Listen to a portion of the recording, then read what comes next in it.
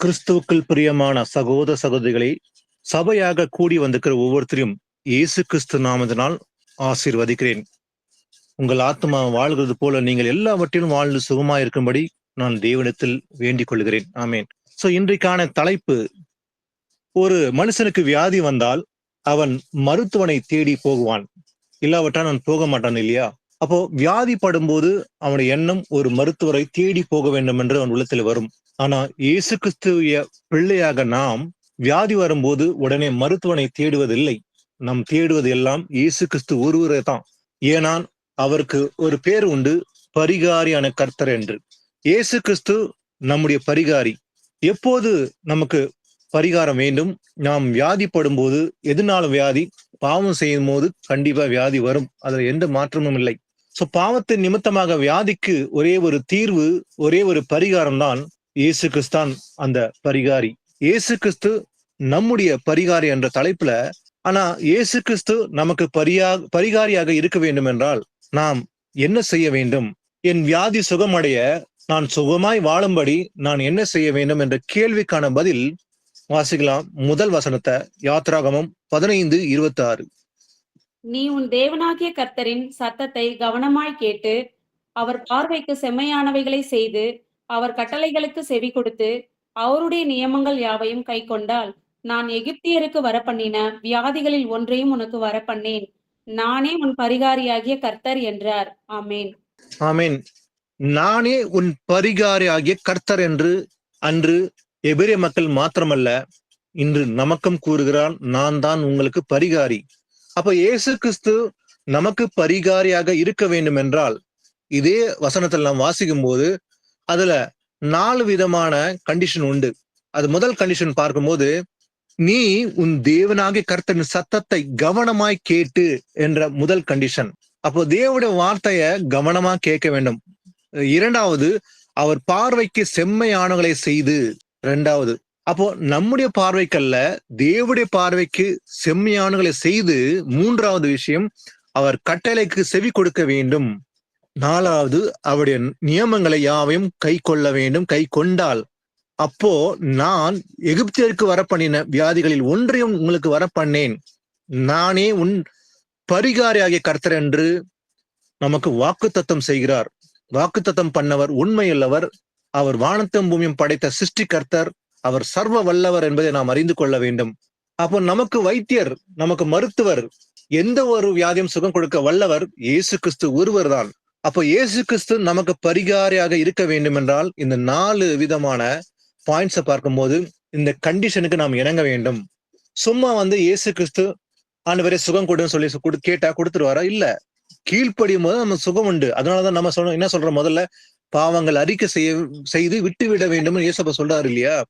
அப்ப பாவம் இருக்குதுனாக்கா வியாதி இருக்கும். அப்ப வியாதி வந்தது காரணமே இந்த பாவத்தின் நிமித்தமாக தான். அப்போ அந்த பாவத்தை அறிக்கை செய்யும் போது அந்த வியாதி வெளியே போகும். அந்த பாவ அறிக்கை செய்யும் போது வியாதி வெளியே போகுது. ஏன்னா இயேசு கிறிஸ்து நம்முடைய பாவங்களை மன்னிக்கும் போது அந்த வியாதியிலிருந்து நாங்கள் விடுதலை ஆக்கப்படுகிறோம். அப்போ அந்த வியாதி படுக்கையிலிருந்து விடுதலை ஆக்கப்பட நான் என்ன செய்ய வேண்டும் என்று ஒவ்வொரு வசனத்தை நம்ம ஆராய்ந்து பார்க்கலாம். அப்போ இதுல முதல் விஷயத்தை பார்க்கும்போது இந்த 4 விதமான பாயிண்ட்ஸ் பார்க்கிறோம். அப்ப இயேசு கிறிஸ்து எனக்கு சுகம் கொடுக்க வேண்டும் என்றால் முதல் விஷயத்தை பார்க்கும்போது அவர் சத்தத்தை கவனமாய் கேட்டு என்று சொல்லும் போது, ஆனா இதுல கவனிக்கும் போது எகிப்தியருக்கு வர பண்ணின ஒரு வியாதியும் உங்கள் மேல் வர பண்ணேன். அப்போ அன்னைக்கு எகிப்து மக்களுக்கு வியாதி அகப்பட்டு சிக்கிக்கொண்டார்கள் அநேக ஜனங்கள். ஆனா அந்த எகிப்தியர் நடுவில் இருந்த நம்முடைய ஜனத்தை அவர் காத்து கொண்டார் என்று நாம் பார்க்க முடியும். ஏன்னா அவர்கள் தேவனை அறியாமல், தேவனை ஏற்றுக்கொள்ளாமல், அவர்கள் அந்நிய தேவர்களை நமஸ்கரித்து அவர்களை பூஜித்து வணங்கினார்கள் எகிப்திய மக்கள் என்று பார்க்க முடியும். அதனால் தேவன் தம்முடைய ஜனத்தை காத்து கொண்டார். ஆனா அந்த ஜனங்களுக்கு வியாதி இருந்ததுன்னு சொல்லி பார்க்க முடியும். அப்போ இந்த அடிமைத்தனத்தில் இருந்த தம்முடைய ஜனத்தை விடுதலை பண்ணும்படி அவருக்கு அந்த பார்வோன் ராஜாக்கு கட்டளை கொடுத்தார், மோசேயை அனுப்பி. ஆனா அந்த ராஜா அடிக்கடி, அந்த பார்வோன் ராஜா அவனுடைய இருதயம் கடினப்பட்டு போனது. அந்த எகிப்திய மக்களை அவர் 10 விதமான வாதையினால் வாதித்தார். பிறகுதான் அந்த கடைசி வாதை வரும்போதுதான் அவர்கள் விடுதலை பண்ணினார்கள்.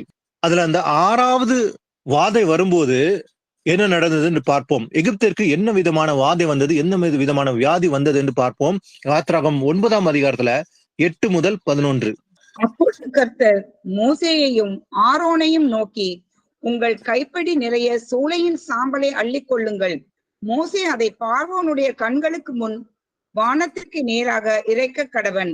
அது எகிப்து தேசம் மீதெங்கும் தூசியாகி எகிப்து தேசமெங்கும் மனிதர் மேலும் மிருக ஜீவன்கள் மேலும் எரிபந்தமான கொப்புளங்களையும் எழும்ப பண்ணும் என்றார்.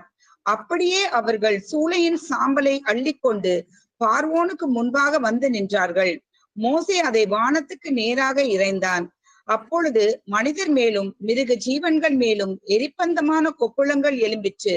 அந்த கொப்புளங்கள் மந்திரவாதிகள் மேலும் எகிப்தியர் எல்லார் மேலும் உண்டானதினால் அந்த கொப்புளங்களின் நிமித்தம் மந்திரவாதிகளும் மோசேக்கு முன்பாக நிற்க கூடாதிருந்தது. ஆமென். பாருங்க, அந்த எகிப்திய மக்களை வாதியினால் அகப்பட்டு வாதிக்கப்பட்டார்கள். பார்வன் அந்த 10 விதமான வாதை வரும்போது 9 விதமான வாதை வரும்போது அவன் இருதயம் அடிக்கடி கடினப்பட்டு போகுது. ஆனா கடினப்பட்டு போவது காரணம் கர்த்தர் தான் அவனுடைய இருதயத்தை கடினப்படுத்தினார். ஏன்னா தேவனுடைய வல்லமைய பராக்கிரமத்தை அவர்கள் அறிந்து கொள்ளும்படி, நானே தேவன் என்று அவர்கள் அறிந்து கொள்ளும்படிதான் அவர் சொல்றாரு, நான் இவைகளை செய்கிறேன், அவர்கள் அறிந்து கொள்ள வேண்டும். அந்த தேவாதி தேவன் அவர் வல்லமை மிக்கவர், அவருடைய பராக்கிரமத்தை அவருடைய வல்லமை அவர்கள் அறிந்து கொள்ள வேண்டும் என்றால் அவர்களை வாதையினால் வாதித்தார். அதுல ஒரு விதமான வாதை தான் இந்த சரீரத்தில் வருகிற அந்த வாதை. அப்போ ஆண்டவர் கர்த்தர் சொல்றாரு மோசே கிட்ட போயிட்டு, உங்க கைப்பிடி நிறைய என்ன பண்ணுங்க, சாம்பலை அள்ளி கொள்ளுங்க. அதை என்ன பண்ணுங்க, அதை பார்வோன் கிட்ட போயிட்டு அவன் கண்களுக்கு முன்பாக வானத்துக்கு நேராக அதை இறைத்து விடுங்கள். அது எகிப்து தேசம் மீதுமெங்கும் தூசியாகி எகிப்து தேசம் எங்கும் மனிதர்கள் மேலும் மிருக ஜீவன், மனிதர் மாத்திரமல்ல மிருக ஜீவன் மேலும் ஜீவன்கள் மேலும் எரிபந்தமான கொப்பளங்கள். எப்படிப்பட்ட வாதை வந்ததுன்னு பாத்தீங்கன்னாக்கா, வெறும் சாதாரண கொப்பளம் அல்ல. சரீரத்துல ஒரு கொப்பளம் ஒரு சரீரத்துல வந்தா ஒரு மனுஷனுக்கு எவ்வளவு வேதனை வரும் இல்லையா? ஆனா அது சாதாரண கொப்பளம் அல்ல, எரிபந்தமான கொப்பளம். சரீரத்துல ஒரே எரிச்சல், தாங்க முடியாத ஒரு வேதனை.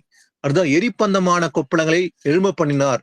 அது வெறும் மனுஷன் மாத்திரமல்ல, மிருக ஜீவன் மேலும் வந்தது என்று பார்க்க முடியும். அப்ப இந்த மனுஷர்கள் மேலும் மிருக ஜீவன் மேலும் அந்த வாதை வந்தது. ஆனா எல்லாருக்கும் அல்ல, இது வந்தது யாருக்கு பார்த்தீங்கன்னா எகிப்தில் உள்ள மக்கள் மாத்திரம்தான். ஆனா அவர் தம்முடைய ஜனத்தை, எபிரேய ஜனத்தை அவர் காத்து கொண்டார். அவருக்கு ஒரு வாதையும் ஒரு கேடும் வராதபடிக்கு தம்முடைய ஜனத்தை பாதுகாத்தார் என்று பார்க்க முடியும். அதான் ஆண்டவர் வாக்குத்தத்தம் பண்ணார் இல்லையா? யாத்திராகமம் 15:26, அதாவது எகிப்திற்கு வரப்பண்ணின வியாதிகள் ஒன்று நான் உங்களுக்கு வரப்பண்ணேன் என்று சொன்னபடியே தம் ஜனத்தை அவர் பாதுகாத்து கொண்டார். அந்த ஜனங்களுக்கு வியாதி வந்தது, கொப்பளம் வந்தது, தண்டனை வந்தது. ஆனா இதுல பார்க்கும்போது இந்த விஷயத்துல இந்த 15ஆம் அதிகாரத்துல 26ஆம் வசனத்துல பார்க்கும்போது முதல் விஷயத்தை பார்க்கும்போது அவர் சத்தத்தை கவனமா கேட்டு, சோ முதல் கண்டிஷன் அவர் சத்தத்தை கவனமா கேட்க வேண்டும். வாசிக்கலாம். யோவான்ல 10ஆம் அதிகாரத்துல 27 முதல் 30 இயேசு கிறிஸ்து சொல்கிற அந்த வார்த்தையை கேட்போம். என் ஆடுகள் என் சத்தத்திற்கு செவி கொடுக்கிறது. நான் அவைகளை அறிந்திருக்கிறேன். அவைகள் எனக்கு பின் செல்கிறது. நான் அவைகளுக்கு நித்திய ஜீவனை கொடுக்கிறேன். அவைகள் ஒரு காலம் கெட்டு போவதில்லை. ஒருவனும் அவைகளை என் கையிலிருந்து பறித்து கொள்ளுவதும் இல்லை. அவைகளை எனக்கு தந்த என் பிதா எல்லாரிலும் பெரியவராய் இருக்கிறார். அவைகளை என் பிதாவின் கையிலிருந்து பறித்து கொள்ள ஒருவனாலும் கூடாது. நானும் பிதாவும் ஒன்றாய் இருக்கிறோம் என்றார். ஆமென். ஆமென். கர்த்தரின் சத்தத்துக்கு கவனமாய் கேட்டு என்று சொல்லும்போது யார் தேவனுடைய சத்தத்துக்கு கவனமாய் கேட்பாங்க? ஆண்டவர் சொல்றார், என் ஆடுகள் என் சத்தத்துக்கு செவி கொடுக்கிறது. அப்போ தேவனுடைய வார்த்தைக்கு செவி கொடுக்கிறது, அவர் சத்தத்துக்கு செவி கொடுக்கிறது யாருன்னா என் ஆடுகள், எல்லா ஆடுகள் அல்ல. அப்போ என் ஆடுகள் என் சத்தத்துக்கு செவி கொடுக்கிறது, நான் அவைகளை அறிந்திருக்கிறேன். அது மாத்திரமல்ல, அவைகள் என் பின் செல்கிறது, நான் அவைகளுக்கு நித்திய ஜீவனை கொடுக்கிறேன். அப்போ எல்லா ஆடுகளும் கர்த்தருடைய சத்தத்துக்கு செவி சாய்க்கிறாங்களா? அல்லவே அல்ல. அப்போ என் ஆடுகள் சொல்லுகிற அந்த வலது பக்கமா இருக்கிற ஆடுகளை பார்க்கும்போது, அந்த நியாய தீர்ப்பு நாள் நடக்கிறத பத்தி கேட்கும்போது ஊமையில வலது பக்கம் இடது பக்கம் ஒரு பிரிவினை உண்டாகுது, வெள்ளாடு செம்மறி ஆடு. அப்போ என் ஆடுகள் என்று சொல்லும் போது வலது பக்கமா இருக்கிற ஆடுகள் தான் தேவனுடைய சத்தத்துக்கு செவி சாய்த்த மக்கள். அவர்களை நான் அறிந்திருக்கிறேன், அவர்கள் என் பின் செல்கிறது, நான் அவர்களுக்கு நித்திய ஜீவனை கொடுக்கிறேன். அப்போ நித்திய ஜீவன் யாருக்கு உண்டு? வலது பக்கமா இருக்கிற ஆடுகளுக்கு தான் நித்திய ஜீவன். என தேவனுடைய சத்தத்தை கேட்டு அதன்படி நடந்தவர்கள் தான் இவர்கள். அவர்கள் ஒரு காலம் கெட்டு போவதில்லை, ஒருவனும் அவைகள் என் கையிலிருந்து பறித்து கொள்வதும் இல்லை. அப்ப தேவனுடைய கரத்திலிருந்து அவர்களை பறித்து கொள்ள முடியாது. என தேவன் அவர்களை பாதுகாக்கிறார். அவைகளை எனக்கு தந்த என் பிதா எல்லோரிலும் பெரியவரா இருக்கிறார். அவைகளை என் பிதாவின் கையிலிருந்து பறித்துக் கொள்ள ஒருவனாலும் கூடாது. நானும் பிதாவும் ஒன்றாயிருக்கிறோம். I and my father are one. அப்போ பிதா வேற, குமாரன் வேற இல்ல. பிதா தான் குமாரனாக வந்திருக்கிறார். அவர் சொல்றார், நானும் பிதா ஒன்றாயிருக்கிறோம். அப்போ நித்தியஜன் கொடுக்கிறது யாருன்னா இயேசு கிறிஸ்து தான் நமக்கு நித்தியஜன் கொடுக்க போறாரு. அப்போ அவருடைய ஆடுகள் மட்டும்தான் அந்த நித்தியஜனை பெற்றுக்கொள்ள முடியும். அவர் சத்தத்துக்கு கவனமாய் செவி கொடுக்கிற மக்கள் மாத்திரமே பெற்றுக்கொள்ள முடியும். ஆனா இதுல இன்னொரு வசனம் கவனிக்கும் போது, அவர் சீஷர்களை அனுப்புறாரு இல்லையா, 2 பேரா அனுப்புறாரு. அதே போல 70 பேரா அனுப்புறாரு. அனுப்பும் போது அவர் ஒரு விஷயத்த சொல்றாரு, கவனிங்க. லூக்கா 10ஆம் அதிகாரத்துல 16ஆம் வசனத்தை வாசிப்போம். சீஷரை நோக்கி, உங்களுக்கு செவி கொடுக்கிறவன் எனக்கு செவி கொடுக்கிறான். உங்களை அசட்டை பண்ணுகிறவன் என்னை அசட்டை பண்ணுகிறான். என்னை அசட்டை பண்ணுகிறவன் என்னை அனுப்பினவரை அசட்டை பண்ணுகிறான் என்றார். ஆமென். சீஷர்கள் அவர் சொல்லி அனுப்புறாரு, நீங்க போங்க, சீஷர் அறிவிங்க. ஒரு வீட்டுக்கு போகும்போது அவர்களை ஏற்றுக்கொண்டால் அங்கே தங்கி இருந்து அவரு கொடுக்கறத சாப்பிடுங்கன்னு சொல்றாரு. ஆனா அவர்கள் ஏற்றுக்கொள்ளாவிட்டால் தூசியை தட்டிட்டு வெளியே வந்துடுங்க அப்படி சொல்றாரு. ஆனா அவங்க செவி கொடுத்தால், செவி கொடுக்கிறவன் அங்க எனக்கு செவி கொடுக்கிறான், உங்களுக்கு அல்ல. அப்ப நாம போய் ஒரு இடத்துல சீஷம் அறிவிக்கும் போது அவங்க நமக்கு செவி கொடுக்கல, இயேசு கிறிஸ்துக்கு செவி கொடுக்குறாங்க தான் அர்த்தம். ஆனா செவி கொடுக்கலனாக்கா அசட்டை பண்ணாங்களா? உங்களை அல்ல, என்னதான் அசட்டை பண்றாங்க. அதான் ஏசப்பா சொல்றாரு, உங்களை அசட்டை பண்ணுகிறவன் என்னை அசட்டை பண்ணுகிறான். யார மறுதளிக்கிறாங்க? இதை நான் கேட்க மாட்டேன். இந்த வசனத்தை நீங்க போக, நாங்க எங்க போதகர் சொன்னாதான் கேட்பேன் அப்படின்னு சொன்னாங்கன்னா, சத்தியத்துக்கு செவி கொடுக்காம அவங்க யார அசட்டை பண்ணுகிறார்கள்? நம்மை அல்ல, இயேசு கிறிஸ்துவை அசட்டை பண்ணுகிறார்கள். அதான் ஏசப்பா சொல்றாரு, உங்களை அசட்டை பண்ணுகிறவன் என்னை அசட்டை பண்ணுகிறான். அதே போல என்னை அசட்டை பண்ணுகிறவன் என்னை அனுப்பினவரை அசட்டை பண்ணுகிறான் என்று ஏசப்பா நேரடியாக தம் சீசர்களை பார்த்து சொல்லி அனுப்புறாரு. அப்படின்னா சத்தத்துக்கு கவனமா கேட்டு அப்படி சொல்லும் போது, அப்போ ஒருவன் போய் சத்தியத்தை சொல்லும் போது செவி கொடுக்கணும்ன்றது முக்கியம். ஏன்னா அவன் பேசும்போது அவன் சொந்த வார்த்தையை பேசவில்லை, சத்தியத்தை பேசுகிறான். வசனம் பேசும்போது வசனத்துக்கு தான் செவி கொடுக்க வேண்டும். அப்போ முதல் விஷயத்தை பார்த்தோம் இல்லையா, செவி கொடுத்தல் என்று. அதே போல எரேமியால 1-1ஆம் அதிகாரத்துல 7 முதல் 10 வாசிக்கலாம். ஆனாலும் கர்த்தர், நான் சிறுபிள்ளை என்று நீ சொல்லாதே. நான் உன்னை அனுப்புகிற எல்லாரிடத்திலும் நீ போய், நான் உனக்கு கட்டளை இடுகிறவைகளை எல்லாம் நீ பேசுவாயாக. நீ அவர்களுக்கு பயப்பட வேண்டாம். உன்னை காக்கும்படிக்கு நான் உன்னுடனே இருக்கிறேன் என்று கர்த்தர் சொல்லி, கர்த்தர் தமது கரத்தை நீட்டி என் வாயை தொட்டு, இதோ என் வார்த்தைகளை உன் வாயிலே வைக்கிறேன். பார், பிடுங்கவும் இடிக்கவும் அழிக்கவும் கவிழ்க்கவும் கட்டவும் நாட்டவும் உன்னை நான் இன்றைய தினம் ஜாதிகளின் மேலும் ராஜ்யங்களின் மேலும் ஏற்படுத்தினேன் என்று கர்த்தர் என்னுடனே சொன்னார். ஆமென். ஆமென். அன்று தீர்க்கதரிசிகளை கொண்டு ஆண்டவர் ஜனங்களை எச்சரித்தார். அதனால அன்னைக்கு செவி கொடுக்கும் போது யாருக்கு செவி கொடுக்க வேண்டியதா இருந்தது? தீர்க்கதரிசிக்கு செவி கொடுக்க வேண்டியதா இருந்தது. ஏன்னா அந்த மக்களுக்கு ஒரு அழிவை கொண்டு வர என்று முன்னமே எச்சரிப்பு கொடுத்தார். சில இடங்களை ஆண்டவர் எச்சரிக்கை கொடுக்கிறார். கேட்காதவர்களை ஆண்டவர் தண்டித்தார், கேட்டவர்கள் மனம் திரும்ப ஆண்டவர் காப்பாற்றினார் என்று பார்க்க முடியும். அப்போ ஒரு தீர்க்கதரிசி அன்று பழைய ஏற்பாட்டுல பார்க்கும்போது அந்த மக்களுக்கு எச்சரிப்பு கொடுக்கும்போது எரேமியா கொண்டுதான் எச்சரித்தார். ஆனா சொல்ல பாரு, அந்த ஆண்டவர் எரேமியா பார்த்து சொல்றாரு, நான் சிறுப்பிள்ளை என்று நீ சொல்லாதே. அவன் சொல்றான், நான் ரொம்ப சின்ன பையன், எப்படி போய் பேசுவேன்னு சொல்லும் போது, நான் உன்னை அனுப்புகிற எல்லா இடத்திலும் நீ போய் என்ன பண்ணுமா, நான் உனக்கு கட்டளையிடுகிற யாவையும் எல்லாம் நீ பேசுவாயாக. நீ பேசணும், நான் உனக்கு என்ன சொல்றேன்னா கட்டளை கொடுக்கணும், அதை நீ என்ன பண்ணும், பேச வேண்டும், எச்சரிக்க வேண்டும் சொல்லி எரேமியாக்கு ஆண்டவர் கட்டளை கொடுக்கிறாரு. நீ அவருக்கு பயப்பட வேண்டாம், உன்னை காக்கும்படி நான் பண்றேன், நான் உன்னுடனே இருக்கிறேன் என்று கர்த்தர் சொல்லி, கர்த்தர் தமது கரத்தை நீட்டி என் வாயை தொட்டு, இதோ என் வார்த்தைகளை உன் வாயிலே வைக்கிறேன் என்று எரேமியாக்கு சொல்கிறார். அப்படின்னா இயேசு கிறிஸ்து பேச வேண்டிய வார்த்தைகளை எரேமியா வார்த்தை வாயிலே வைக்கிறார். அப்ப எரேமியா கர்த்தருடைய வாயா இருக்கிறான். அவன் போய் எச்சரிக்கிறான். கர்த்தர் என்ன பேச வேண்டும் என்று சொன்னாரோ அதை மாத்திரமே அவன் பேசுகிறான் என்று பார்க்க முடியும். அப்ப செவி கொடுக்கும் போது யாருக்கு செவி கொடுக்க வேண்டியதா இருந்தது? எரேமியாக்கு தான் இல்லையா? ஏன்னா எரேமியா தானா பேசவில்லை, கர்த்தர் சொன்ன வார்த்தையை மாத்திரமே அவன் அறிவித்தான். அதுக்கு செவி கொடுக்காம அந்த ஜனங்கள் போனார்கள். அதனால அவங்களுக்கு அநேக தண்டனை வந்தது என்று பார்க்க முடியும். அவர் சொல்றாரு பாருங்க, அவர் என்ன விஷயம் சொல்றாரு பாருங்க, பார், பிடுங்கவும் இடிக்கவும் அழிக்கவும் கவிழ்க்கவும் கட்டவும் நாட்டவும் உன்னை நான் இன்றைய தினம் ஜாதிகள் மேலும் ராஜ்யங்களின் மேலும் ஏற்படுத்தினேன் என்று கர்த்தர் என்னுடனே சொன்னார் என்று எரேமியா கூறுகிறான். இது எல்லாமே கர்த்தர் சொன்னபடி அவன் செய்து முடித்தான். கர்த்தருக்கு பிரியமானதை ஒரு இடத்துல அவன் காம்ப்ரமைஸ் பண்ணாம பயப்படாம அவனுக்கு இக்கட்டு வந்தது. அவனை பிடிச்சு என்ன பண்ணாங்க, பசி சாப்பாடுல தவிக்கும்படி அவனை செய்தாங்க. அவனை பிடிச்ச ஒரு பெரிய பள்ளத்துல விட்டுட்டாங்க. சாப்பாடு இல்ல, வெளிச்சம் இல்ல. அந்த தத்தளிப்புல இருக்கும்போது கூட அவன் அந்த வார்த்தையை மறக்கவே இல்லை. கர்த்தர் சொன்னது மாத்திரமே அவன் செய்து முடித்தான் என்று பார்க்க முடியும். வாசிக்கலாம் நீதிமொழிகள் 21 2, 3 வசனங்களை வாசிக்கலாம். மனுஷனுடைய வழியெல்லாம் அவன் பார்வைக்கு செம்மையாக தோன்றும். கர்த்தரோ இருதயங்களை நிறுத்து பார்க்கிறார். பலியிடுவதை பார்க்கிலும் நீதியும் நியாயமும் செய்வதே கர்த்தருக்கு பிரியம். ஆமென். ஆமீன். நம்ம முதல் விஷயத்தை பார்த்தோம். முதல் கண்டிஷன், அவர் பார்வைக்கு அவர் சத்தத்தை கவனமாய் கேட்டு என்று பார்த்தோம். ரெண்டாவது பாயிண்ட் பாத்தீங்கன்னாக்கா, அவர் பார்வைக்கு செம்மையானங்களை செய்ய வேண்டும். அப்ப இங்க பார்க்கும்போது அவர் பார்வைக்கு நாம் செம்மையானது செய்ய வேண்டும் என்பதுதான் முதன்மையா இருக்குது இல்லையா? அப்போ மனுஷனுடைய வழிகள் எல்லாம் அவன் பார்வைக்கு செம்மையாக தோன்றும்.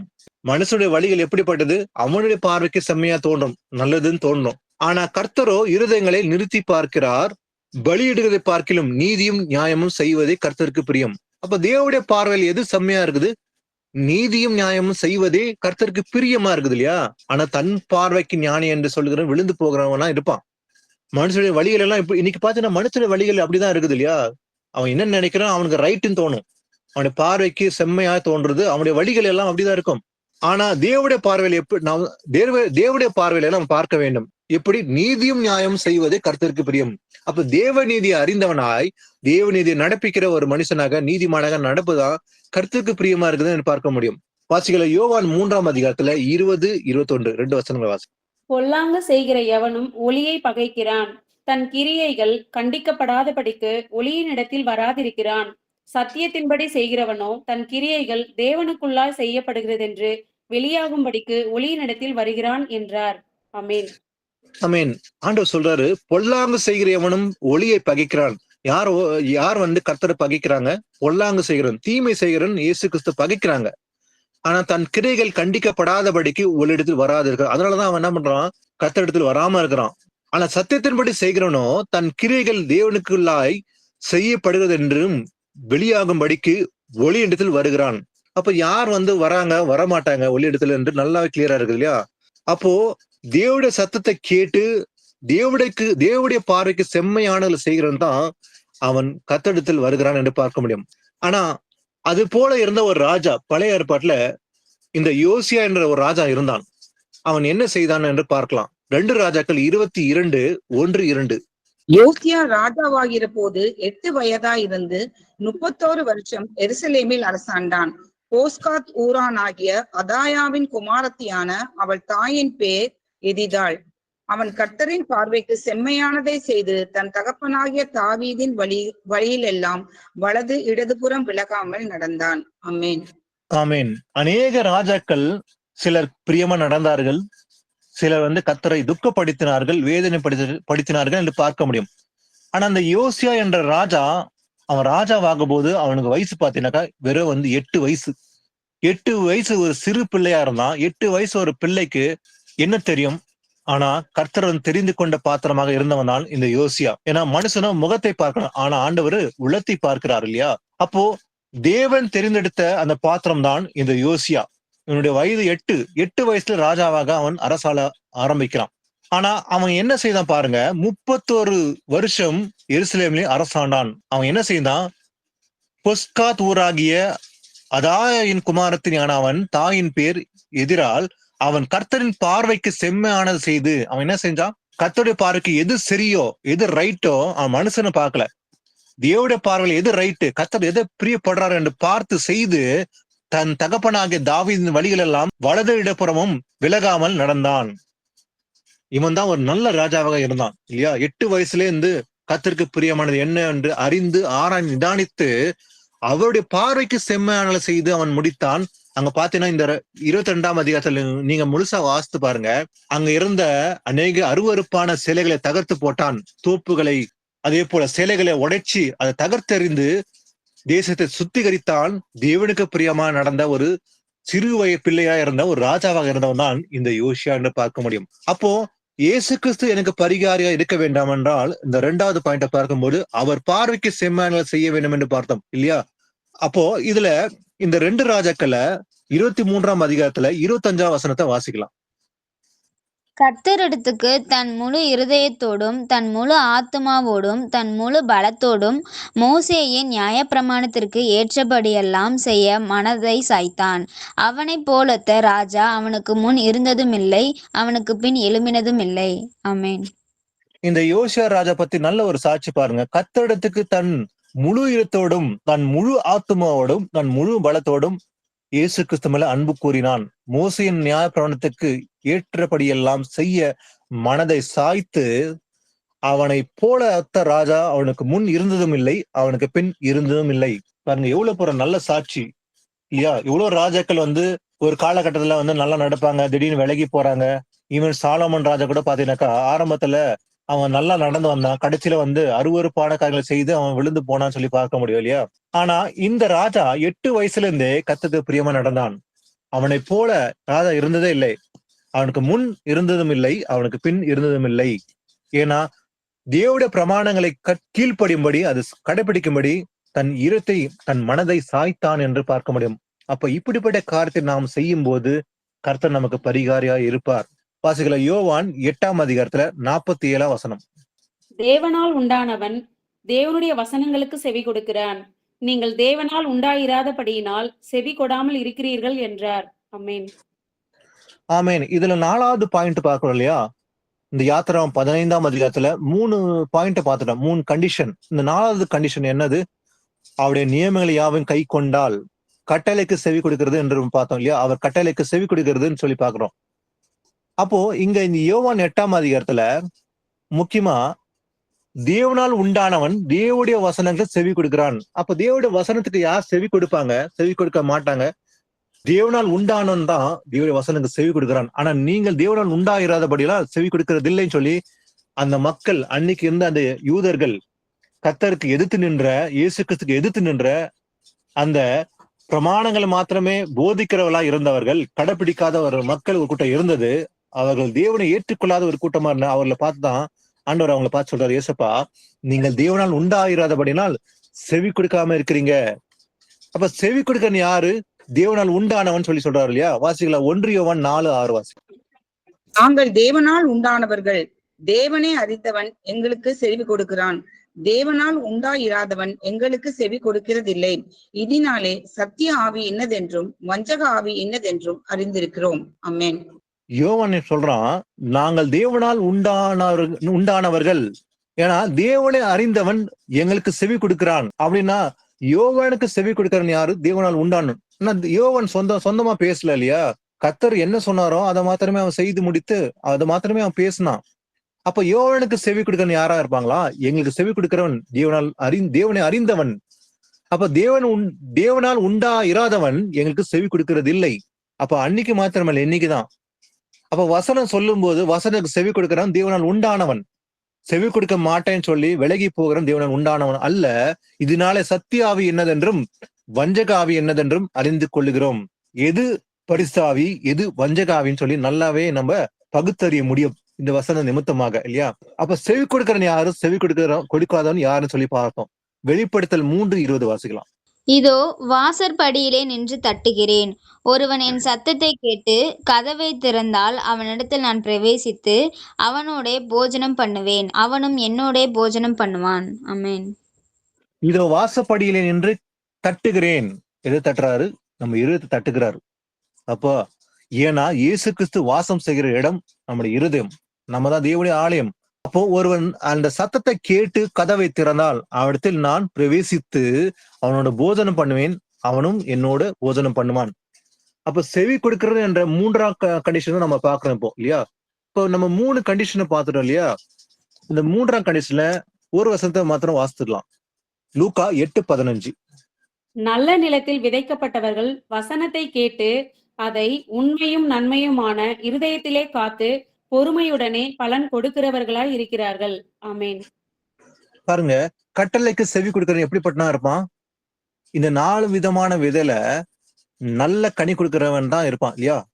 நல்ல நிலத்தில் விதைக்கப்பட்டவன் எப்படிப்பட்டவன்? வசனம் கேட்கிறான், கேட்டு என்ன பண்றான்? அதை உண்மையும் நன்மையுமாக தன் இருத்தலை காத்து பொறுமையுடனே பலன் கொடுக்கிறவனா இருக்கிறான். அப்போ எப்படிப்பட்ட பலன் கொடுப்பான்? 30, 60, 100 மடங்கு பலன் கொடுப்பான். இவன் தான் நல்ல நேரத்தில் விதைக்கப்பட்டவன். இவன் எப்படிப்பட்டவன்? கட்டளைக்கு செவி கொடுத்து அது உள்ளத்தில் காத்து கொள்ளுகிறன்னு சொல்லி பாக்குறோம். இப்போ நம்ம 4வது கண்டிஷனை பார்க்கலாம். வாசிக்கலாம். யோவான் 14:15-23 2 வசனம் வாசிக்கலாம்.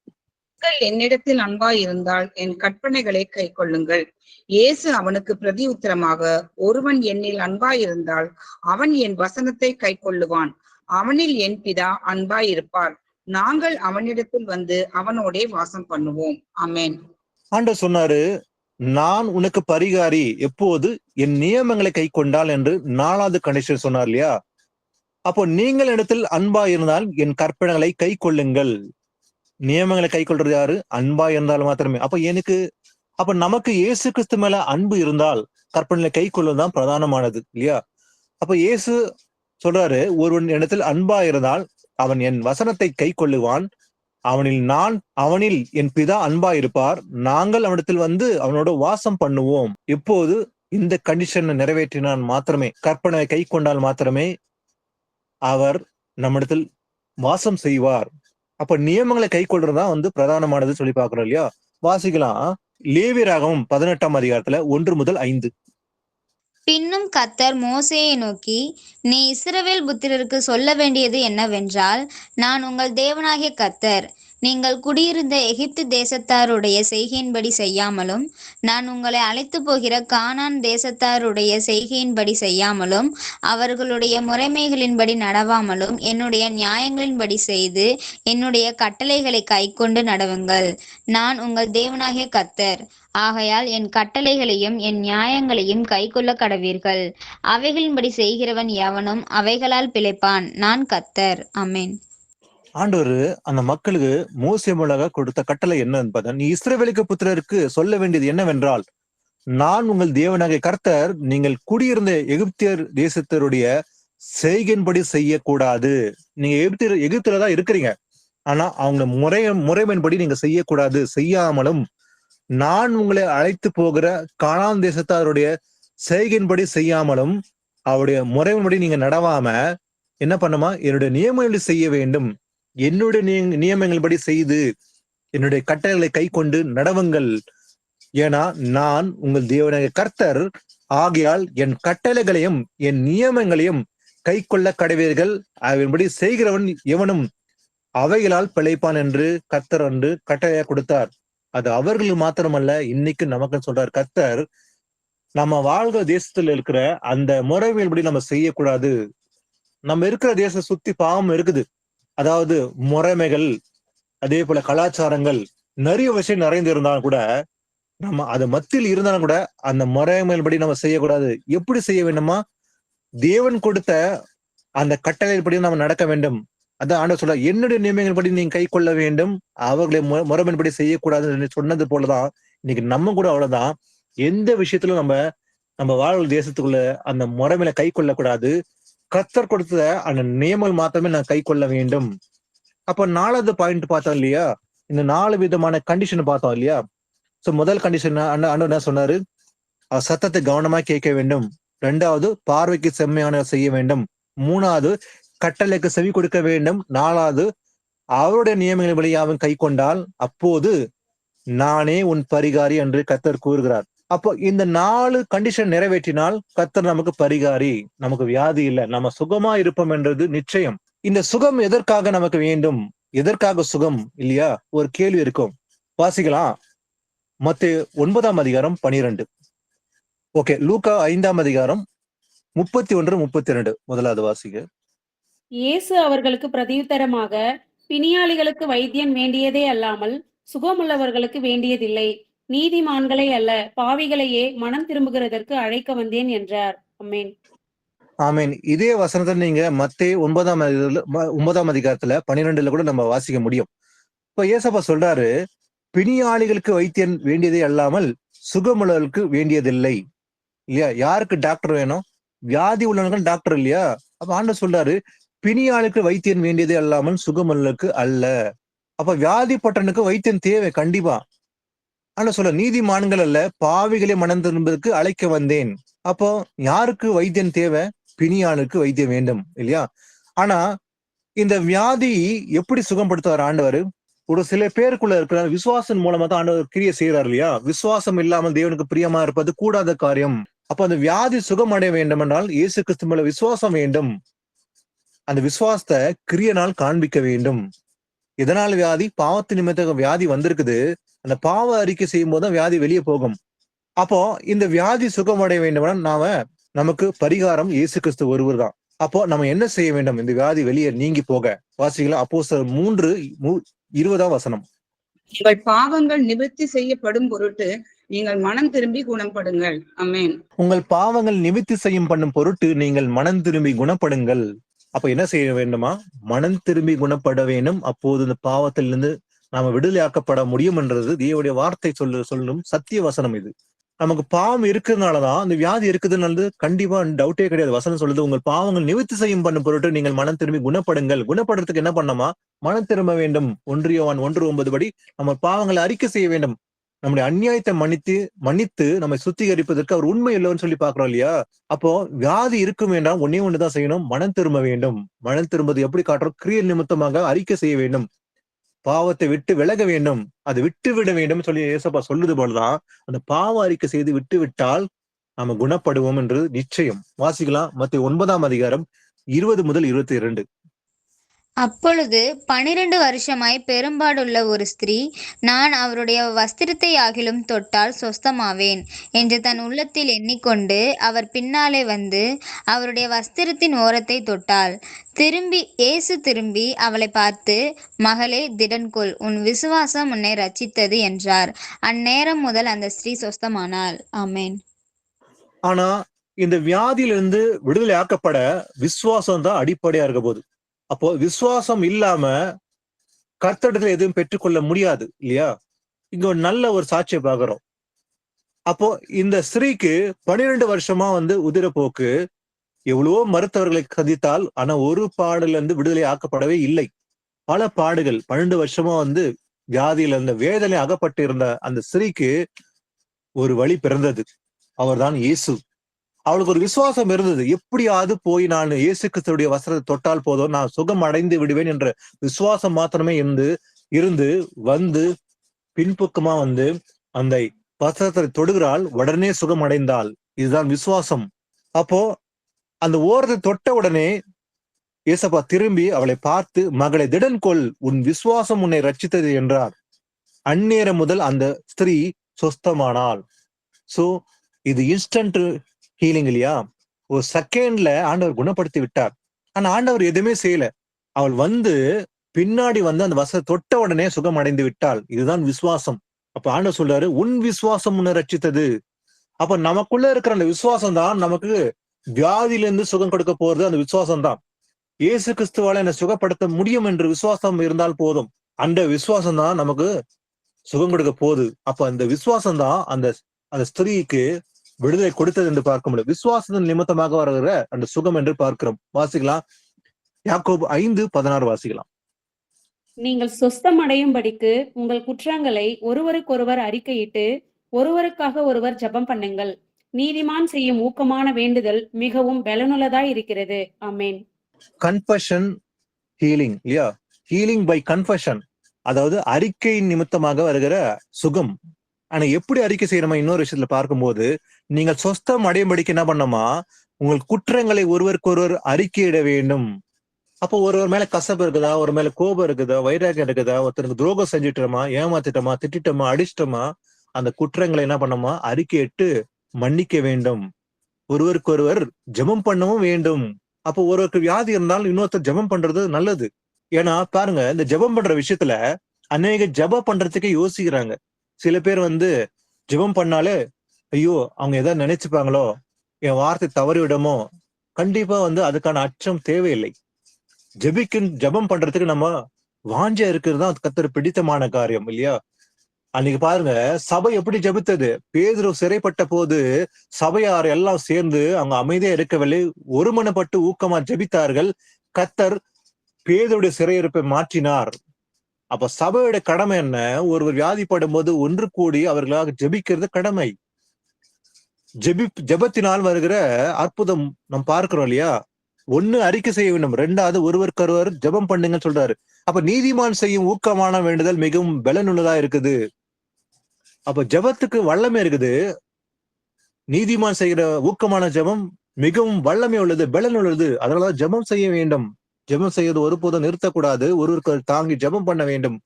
எப்போது ஒரு வியாதிப்படும் போது நம்ம ஜெபிக்கிறது நல்லது. வாசிக்கலாம் மத்தேயு 8ஆம் அதிகாரத்துல 16, 17. அஸ்தமனம் ஆனபோது பிசாசு பிடித்திருந்த அநேகரை அவரிடத்தில் கொண்டு வந்தார்கள். அவர் அந்த ஆவிகளை தமது வார்த்தையினாலே துரத்தி பிணியாளிகள் எல்லாரையும் சொஸ்தமாக்கினார். அவர் தாமே நம்முடைய பலவீனங்களை ஏற்றுக்கொண்டு நம்முடைய நோய்களை சுமந்தார் என்று ஏசாயா தீர்க்கதரிசியினால் உரைக்கப்பட்டது நிறைவேறும்படி இப்படி நடந்தது. ஆமென். ஆமீன். பாருங்க, அஸ்தமமான போது பிசாசு பிடித்திருந்த என்ன பண்ணாரு, அநேகரை அவரிடத்தில் கொண்டு வந்தார்கள். நிறைய பேர் பிசாசு பிடித்திருக்குது, வியாதி. ஏன்னா அந்த வியாதியில அகப்பட்டவர்கள், பிசாசு பிடித்திருந்தவர்கள் அநேக வேதையில் அகப்பட்டிருந்தார்கள். விடுதலை பண்ணாதபடிக்கு, விடுதலை ஆகாதபடிக்கு தவிப்பு, வேதனை. ஏன்னா அந்த வியாதி இல்லாத ஒருத்தன் இருக்கிறான்னா அவன் தான் பாக்கியவான் இல்லையா? வியாதி இல்லாதவன் பாக்கியவான். ஏன்னா இந்த வியாதின்றது கொடுமையான ஒரு விஷயம். ஒரு சரீரத்துல பல நாள் வியாதியா இருக்குதுனாக்கா அந்த வேதனையை எப்படி அனுபவிக்காங்க இல்லையா? ஏன்னா அதனாலதான் இயேசு கிறிஸ்து அவர்கள் மெய்ப்பெண் இல்லாத ஆடுகளை போல சிதறி இருந்ததை பார்த்து அவர் மேல் மனதுருகி அவர்களை சொஸ்தமாக்கினார் என்று பார்க்க முடியும். அப்போ நிறைய பிசாசு பிடித்தவங்களை கொண்டு வராங்க. அப்போ அவர் அந்த ஆவிகளை என்ன பண்ணாரு, தம் வார்த்தையினாலே துரத்தி என்ன பண்ணாரு ஆண்டவர் இயேசப்பா, அந்த வார்த்தையினாலே துரத்தி பிணியாளிகளை எல்லாம் சொஸ்தமாக்கினார். அவர் தாமே தம்முடைய பலவீனங்களை ஏற்றுக்கொண்டு நம்முடைய நோய்களை சுமந்தார் என்று ஏசாயா தீர்க்கதரிசியால் உரைக்கப்பட்டது நிறைவேறும்படி இப்படி நடந்தது. முன்னமே சொல்லப்பட்டது போலதான் ஏசாயா 53 சொல்லப்பட்டது இல்லையா? அவர் நம்முடைய துக்கங்களை ஏற்றுக்கொண்டார். ஏன்னா நம்முடைய வியாதி எல்லாம் அவர் மேல வந்தது. அப்ப நாம செய்த தப்பு எல்லாம் அவர் மேல வந்தது இல்லையா? அவர் பாவம் பாராத பரிசுத்தர். நாம செய்த பாவத்தின் நிமித்தமாகத்தான் அவர் நொறுக்கப்பட்டார், காயப்பட்டார். அவருடைய தழும்புகளால் நம்ம சுகமாகிறோம் என்று பார்க்க முடியும். சோ இதெல்லாம் சொல்லப்பட்ட நிறைவேறும்படிதான் இங்க அநேகர் குணமடைறாங்க. எப்படி அவருடைய தழும்புகளால் குணமடைகிறார் என்று பார்க்க முடியும். அப்ப இயேசு கிறிஸ்துடைய தழும்புல நமக்கு சுகம் உண்டு. இன்னைக்கு நமக்கு இயேசு கிறிஸ்து தான் பரிகாரி என்று பார்க்க முடியும். ஆனா நம்ம சரீரம் மாத்திரமல்ல, நம்ம ஆத்மாவுக்கும் நமக்கு சுகம் தேவை இல்லையா? தாவீது பாவம் செய்தான். ஒண்ணு விபச்சாரம், அதை மறைக்க கொலை செய்கிறான். கர்த்தர் கோபம் வந்தது, அவனை கொல்லும்படி தீர்மானம் பண்ணார். ஆனா ஆண்டவர் அவனுக்கு ஒரு சான்ஸ் கொடுத்தாரு. அந்த சான்ஸ்ல அவன் தப்பிக்கிறான், உயிர் பிழைத்தது. அவன் மறுபடியும் மனம் திரும்புறான். அவன் பாவம் அறிக்கை செய்யறான். அவனுக்கு மனஸ்தாபம் பட்டு மனம் திரும்பும் போது மன்னிச்சார். ஆனா தாவீது ஒரு அறிக்கை செய்யறான். வாசிக்கலாம் சங்கீதம் 41, 1 முதல் 4. சிறுமைப்பட்டவன் மேல் சிந்தையுள்ளவன் பாக்கியவான். தீங்கு நாளில் கர்த்தர் அவனை விடுவிப்பார். கர்த்தர் அவனை பாதுகாத்து அவனை உயிரோடே வைப்பார். பூமியில் அவன் பாக்கியவானாய் இருப்பான். அவன் சத்துருக்களின் இஷ்டத்திற்கு நீர் அவனை ஒப்புக்கொடீர். படுக்கையின் மேல் வியாதியாய் கிடக்கிற அவனை கர்த்தர் தாங்குவார். அவனுடைய வியாதியிலே அவன் படுக்கை முழுவதையும் மாற்றி போடுவீர். கர்த்தாவே, என் மேல் இரக்கமாயிரும். உமக்கு விரோதமாய் பாவம் செய்தேன். என் ஆத்துமாவை குணமாக்கும் என்று நான் சொன்னேன். ஆமென். அவன் ஒரு விண்ணப்பத்தை செய்யறான், பாவ அறிக்கை செய்யறான். பாருங்க, அதுல என்ன சொல்றான் முக்கியமா பாத்தீங்கன்னாக்கா, அவனுடைய வியாதியிலே அவன் படுக்கை முழுவதையும் மாற்றி போடுவீர். கர்த்தாவே, என் மேல் இரக்கமாயிரும். உமக்கு விரோதமாக பாவம் செய்தேன்னு சொல்லி பாவ அறிக்கை செய்கிறான். யாரு? தாவீது ராஜா பாவ அறிக்கை செய்யறான். உமக்கு விரோதமாக பாவம் செய்தேன் ஆண்டவரே என்று சொல்லிவிட்டு என் ஆத்துமாவை குணமாக்கம் என்று நான் சொன்னேன். அப்ப எது குணமாக்கப்பட வேண்டும்? நம்முடைய ஆத்மாதான் இல்லையா? அப்ப நாம சரீரத்தில் நிமித்தமாக செய்யற பாவத்தினால அந்த பாவம் நம்முடைய ஆத்மாவை கரைப்படுத்தி விடும் என்று பார்க்க முடியும். அதனால்தான் ஏசப்பா சொல்றாரு, அவர் வரும்போது எப்படி இருக்க வேண்டுமா? ஏசப்பா வரும்போது 2ஆம் வருகைக்கு முன்பாக நம்ம ஆயத்தமா இருக்கும்படி நம்முடைய ஆவி ஆத்மா சரீரத்துல கரையற்றலா இருக்க வேண்டும் என்று ஏசப்பா சொல்றாரு இல்லையா? ஏன்னா நம்ம மாம்சம் செய்கிற எந்த ஒரு பாவமும் நம்ம ஆத்மா கரைப்படுத்தி விடும். அதனால சொல்ல, என் ஆத்மாவை குணமாக்கும் என்று அவர் வேண்டுகிறான். ஏன்னா அவன் செய்த பாவம் ஆத்மாவுக்கு கரை வந்தது, அந்த பாவம் ஆத்மா பிடித்து கொண்டது. அதனால்தான் என் ஆத்மாவை குணமாக்கும் என்று பாவ அறிக்கை செய்கிறான். அப்ப நமக்கு ஆத்மாவுக்கும் சுகம் வேண்டும். வாசிக்கலாம் நீதிமொழிகள் 4, 20 முதல் 22. என் மகனே, என் வார்த்தைகளை கவனி. என் வசனங்களுக்கு உன் செவியை சாய். அவைகள் உன் கண்களை விட்டு பிரியாதிருப்பதாக. அவைகளை உன் இருதயத்துக்குள்ளே காத்துக்கொள். அவைகளை கண்டுபிடிக்கிறவர்களுக்கு அவைகள் ஜீவனும் அவர்கள் உடலுக்கெல்லாம் ஆரோக்கியமுமாம். ஆமென். பாருங்க, என் மகனே என் வார்த்தைகளை கவனி. இந்த வார்த்தை தான் நம்ம கவனிக்க வேண்டிய முக்கியமானது. தேவனுடைய வார்த்தையை உத்து கவனிக்க வேண்டும். ஏன்னா அவைகள் உன் கண்களை விட்டு பிரியாதிருப்பதாக. ஒருபோதும் இந்த வார்த்தை நம்ம கண்ணை விட்டு விலகக்கூடாது. அவைகளை உன் இருதயத்துக்குள்ளே காத்து கொள்ள வேண்டும். அவைகளை கண்டுபிடிக்கிறதுக்கு அவைகள் எப்படிப்பட்டதா? ஜீவனும் அவள் உடலுக்கெல்லாம் ஆரோக்கியம். அப்ப நம்முடைய உடலுக்கு ஆரோக்கியம் எது மருந்து? தேவனுடைய வார்த்தை தான் இல்லையா? அது ஒருபோதும் மறக்க கூடாது. ஏன்னா அவள் உடலுக்கு எல்லாம் ஆரோக்கியம் எது? கர்த்தருடைய வார்த்தை. அப்போ இந்த வார்த்தை தான் நமக்கு சுகம் கொடுக்க போகுதுன்னு சொல்லி பாக்குறோம். வாசிக்கலாம். அப்போஸ்தலர் 10:38. நசரேயனாகிய இயேசுவை தேவன் பரிசுத்த ஆவியினாலும் வல்லமையினாலும் அபிஷேகம் பண்ணினார். தேவன் அவருடனே கூட இருந்தபடியினால் அவர் நன்மை செய்கிறவராயும் பிசாசின் வல்லமையில் அகப்பட்ட யாவரையும் குணமாக்குகிறவராயும் சுற்றித் திரிந்தார். ஆமென். இயேசு கிறிஸ்து எப்படிப்பட்ட நன்மை செய்தார் அவர் பூமியில இருக்கும்போது? அதாவது தேவன் அவரோடு கூட இருந்தபடினால் அவர் நன்மை செய்கிறவராகவும் பிசாசின் வல்லமையில் அகப்பட்ட யாவரையும், இந்த பிசாசில் அகப்பட்ட கணக்கற்ற மக்கள் இருந்தார்கள் அன்னைக்கு. ஆனா அதுவே ஒரு வியாதியாக அநேக நாள் போராடி கொண்டிருந்த மக்களை விடுதலை பண்ணும்படி அவர் நன்மை செய்யும்படி வந்தார். பிசாசின் வல்லமையில் அகப்பட்ட யாவரையும் குணமாக்குறவராகவும் சுற்றித் இருந்தார். அப்ப இயேசு கிறிஸ்து குணமாக்கும்படி அவர் பிசாசுகளை துரத்தி நோய்களை குணமாக்கி சுற்றி திரிந்தார் என்று பார்க்க முடியும் இல்லையா? ஆனா அந்த வல்லமை நமக்கு உண்டு. இயேசப்பா சொல்றாரு, நான் செய்த கிரைகளை தானும் செய்வான், இவைகளை பார்க்கிலும் பெரிய கிரைகளை செய்வான் என்று சொல்லப்பட்ட வார்த்தையின்படி இன்னைக்கு நாமளும் செய்ய முடியும் என்பது நிச்சயம். ஏன்னா நமக்குள்ள இருக்கிற அந்த வல்லமையை, அந்த அதிகாரத்தை கர்த்தர் நமக்கு அதிகாரம் கொடுத்திருக்கிறாரு. பிசாசுகளை துரத்தவும் நோய்களை குணப்படுத்தவும் இல்ல. ஒரு போதகன் மாத்திரமே செய்ய வேண்டிய அவசியம் இல்லை. ஆனா இன்னைக்கு சபைகள் என்ன பண்றாங்க? பெரிய பெரிய சபைகள்ல அங்க ஒரு போதகன் மாத்திரமே ஜெபிக்க வேண்டும், அவனுக்கு தான் அந்த வல்லமை உண்டு என்று தவறான ஒரு கருத்து உண்டு. ஆனா அந்த வல்லமை விசுவாசிகள் நமக்கு அத்தனை பேருக்கு உண்டு. நம்ம ஜெபித்தால் பிசாசு ஓடும், நோய்கள் குணமாக்கப்படும். ஏன்னா அந்த அதிகாரம் ஒவ்வொரு இயேசுவின் பிள்ளைகளும் உண்டு. வாசிக்கலாம் லூக்கா 10:19. இதோ சர்ப்பங்களையும் தேள்களையும் மிதிக்கவும் சத்ருவினுடைய சகல வல்லமையையும் மேற்கொள்ளவும் உங்களுக்கு அதிகாரம் கொடுக்கிறேன். ஒன்றும் உங்களை சேதப்படுத்த மாட்டாது. ஆமென். பாருங்க, அந்த அதிகாரம் நமக்கு அத்தனை பேரே உண்டா. எப்படிப்பட்ட அதிகாரம்? சர்ப்பங்களையும் தேள்களையும் மிதிக்கவும் சத்ருனுடைய சகல வல்லமையும் மேற்கொள்ளும்படி உங்களுக்கு அதிகாரம் கொடுக்கிறேன் என்று இயேசு கிறிஸ்து நமக்கும் சொல்லுகிறார். நமக்கு அந்த அதிகாரம் உண்டு. விசுவாசித்தால் நீ தேவனுடைய மகிமை காண்பான் என்று இயேசுப்பா சொன்னார் இல்லையா? அப்ப நமக்கு விசுவாசம் தான் முக்கியம் இன்னைக்கு. ஆனா அந்த அதிகாரம் கொடுத்தா அந்த அதிகாரத்தை பயன்படுத்த வேண்டும் நாம இல்லையா? நமக்கு அதிகாரம் கொடுத்திருக்கிறாரு. ஆனா ஒன்று உங்களை சேதப்படுத்தாது. கண்டிப்பா பிசாசு துரத்தவும் நோய்களை குணப்படுத்த நமக்கு அதிகாரம் கொடுத்திருக்காரு என்பது நிச்சயம். ஆனா இன்னொரு விஷயம் பார்க்கும்போது, அவர் தம்முடைய வசனத்தை அனுப்பி குணப்படுத்துறாரு இல்லையா? அந்த வசனத்துக்கு வல்லமை உண்டு. வாசிக்கலாம் சங்கீதம் 107:20. அவர் தமது வசனத்தை அனுப்பி அவர்களை குணமாக்கி அவர்களை அழிவுக்கு தப்புவிக்கிறார். ஆமென். அவர் தமது வசனத்தை அனுப்பி அவர்களை குணமாக்கி அவர்களை அழிவுக்கு தப்புவிக்கிறார். அப்போ இந்த வசனம் தான், தேவனுடைய வார்த்தை தான் நமக்கு மருந்து. இந்த வசனம் கேட்கும் போதும் சரி, இது வாசிக்கும் போதும் சரி, இது கை கொள்ளும் போது நமக்கு சுகம் உண்டு. இந்த வசனம் தான் நமக்கு ஆரோக்கியம். இதுதான் மருந்துன்னு சொல்லி பார்க்கணும். அவர் தம்முடைய வசனத்தை அனுப்பி நம்மை குணமாக்குகிறார். அப்போ வியாதி இருக்கிறவங்களுக்கு வசனம் தான் மருந்து. இந்த வசனத்தை கேட்டு உள்வாங்கி கொண்டு அதை காத்து கொண்டால் நமக்கு சுகம் உண்டு நிச்சயம். அது போல நடந்த ஒரு சம்பவத்தை பார்க்கலாம். அப்போஸ்தலர் 14:8-10.